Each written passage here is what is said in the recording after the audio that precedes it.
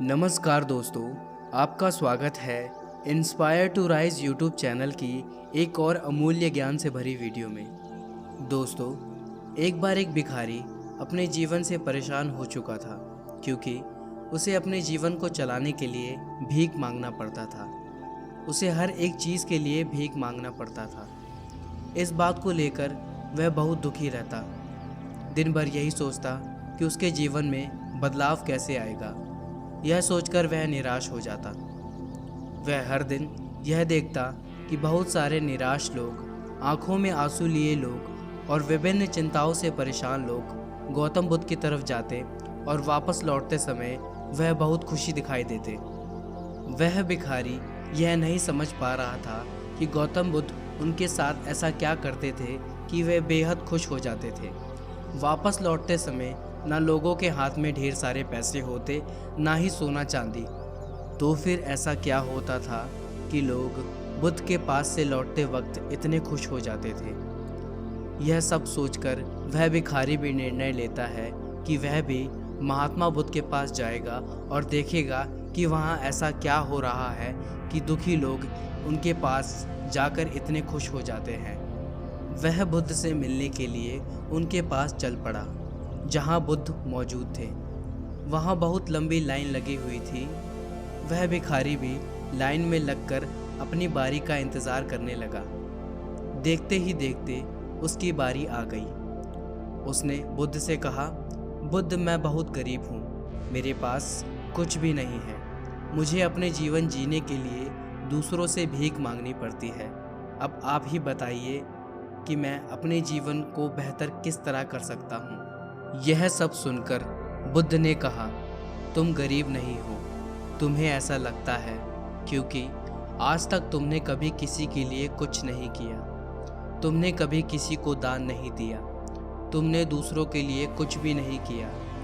यह सुनकर भिखारी के मन में एक आशंका जाग उठी। अपनी आशंका को दूर करने के लिए भिखारी ने पूछा, मैं तो एक भिखारी हूँ, मैं लोगों को दान कैसे दे सकता हूँ और कैसे लोगों की सहायता कर सकता हूँ। मुझे तो खुद अपना जीवन चलाने के लिए दूसरों से मांगना पड़ता है।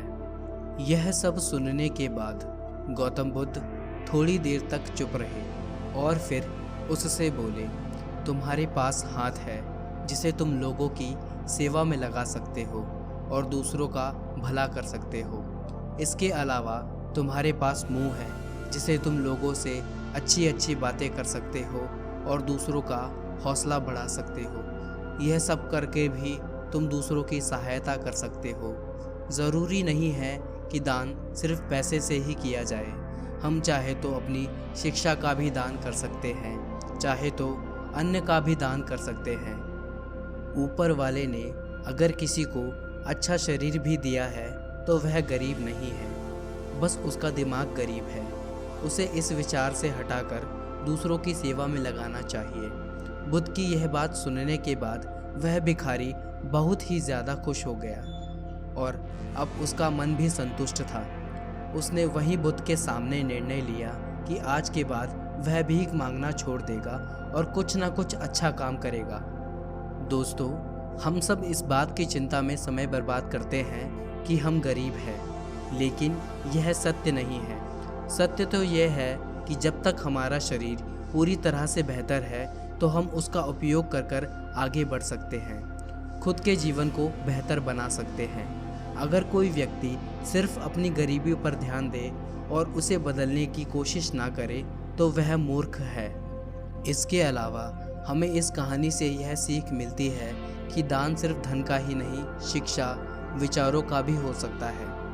अगर आपके पास धन नहीं है तो आप अपनी शिक्षा का दान कर सकते हैं या फिर अपने विचारों का भी दान कर सकते हैं। इन दोनों से अंततः हमारे समाज की भलाई ही होती है, हमारा समाज ऊपर ही उठता है। तो दोस्तों, अगर इस वीडियो से आपको कुछ सीखने को मिलता है तो इसे लाइक करें और अपने दोस्तों के साथ शेयर करें और हमारे YouTube channel inspire to rise को सब्सक्राइब कर लें ताकि और भी प्रेरणादायी वीडियो आपसे छूटे ना। धन्यवाद।